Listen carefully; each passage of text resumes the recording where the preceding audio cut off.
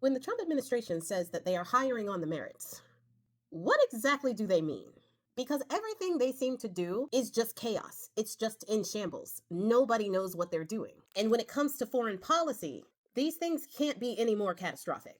About 4 or 5 days ago, people started talking about a 28-point peace plan for the Ukraine and Russia conflict. Now, immediately, people started looking at this plan and saying, that's not a good plan. Ukraine definitely shouldn't take this plan. Even lawyers were like, terrible plan, don't do it.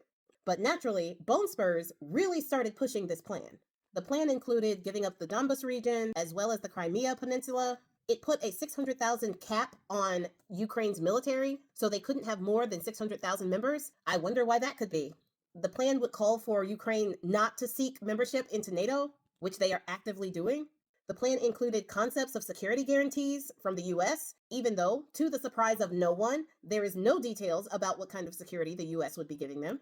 There would be a ceasefire, but if it's going as well as the ceasefire over there in that region, which has announced recently that the ceasefire is completely over, and big booms have started again in that region, if it's anything like that, Ukraine would be in trouble.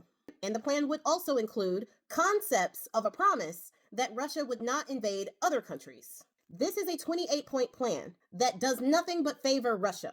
And Bone Spurs has been pushing this plan really hard to try to get Zelensky to go for it. Putin must have confirmed with Bone Spurs that he does indeed have that picture with Bone Spurs and Bubba.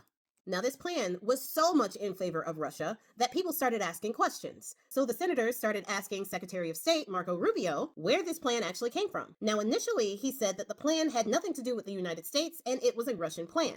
Essentially, they got this plan from Russia, used Google Translate, and presented it to Zelensky, is the rumor. Now, the senators who are saying that Marco Rubio said this are not all Democrats. Republican Senator Mike Rounds, Democratic Senator Jeanne Shaheen, and Independent Senator Angus King all said that Marco Rubio said this, and they don't agree on nothing, except for taking healthcare from millions of people. Now, when asked if he had actually said that, he said that the senators were lying, and he never said that. He said that the Americans wrote the plan, even though the senators had said that he told them that Russia wrote the plan. And being that this plan, this 28-point plan that conveniently gives Russia everything that they wanted, it seems as if the senators are being truthful on this one. But because it blew up in his face, Marco Rubio is trying to save face. There was even early reporting that this was a Russia plan, and it was leaked to the press as Bone Spurs' plan, with Axios even calling it Bone Spurs' plan. But again, because of the chaos in the State Department, nobody is confirming whether or not it is a Russia plan or an American plan. Even though, with the things that they are asking for and demanding of Ukraine, with absolutely no concessions whatsoever that Russia has to give up, this seems like a very, very Russian-backed plan. And even other Republican senators, like Don Bacon from Nebraska, is saying that people need to be fired over this embarrassment.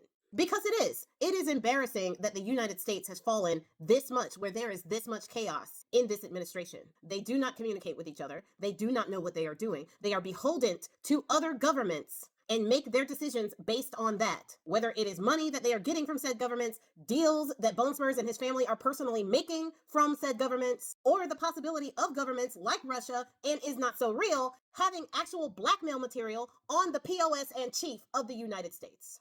Even the Polish prime minister is like, dude, what's going on? Poland, Europe, Japan, and Canada, all of those leaders are looking to get together to start working on their part of this plan. However, they don't even know who wrote the plan and would like to know that before they actually get to work.